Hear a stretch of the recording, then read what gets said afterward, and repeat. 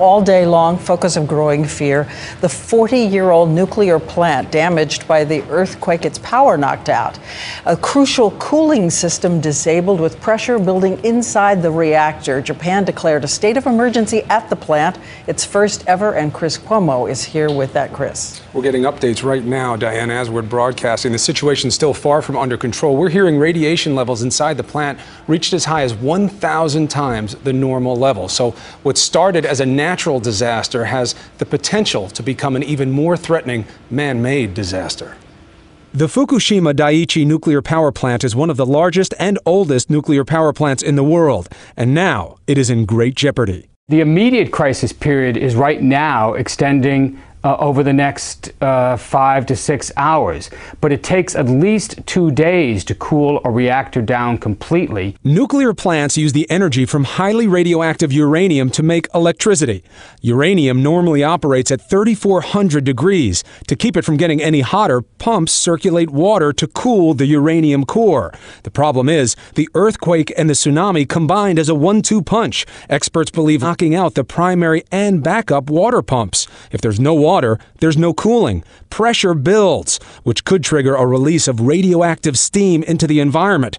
If the water level drops enough, the uranium core is exposed, and temperatures can rise quickly to 5,000 degrees, causing a meltdown. They're not being designed to withstand the worst case accidents. They're only being built to withstand the most likely. If you do that, eventually you're going to hit a worst case.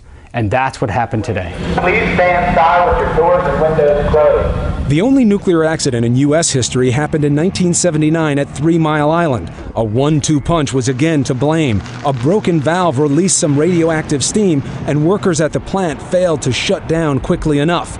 The core melted down, the most dangerous kind of nuclear accident.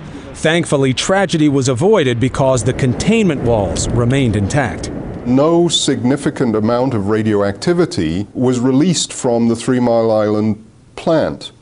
The impact on the local population was essentially zero.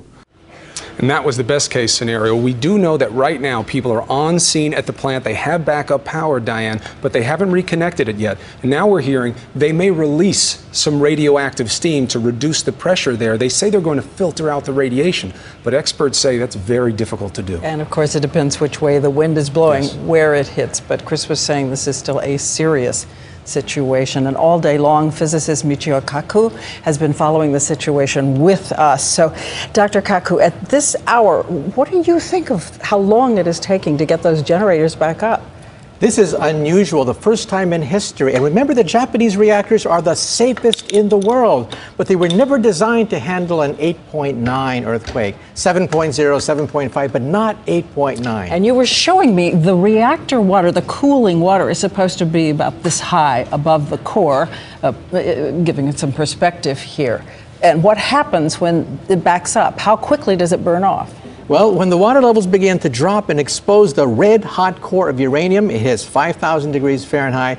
Within 30 minutes, you can start to get a core meltdown. Now, what's preventing that is the emergency core cooling system, the backup system. But the backup systems are failing. Power went out in the backup system. This is what normally happens. In a nuclear accident, immediately, the generators kick in, pour cooling water over the damaged core.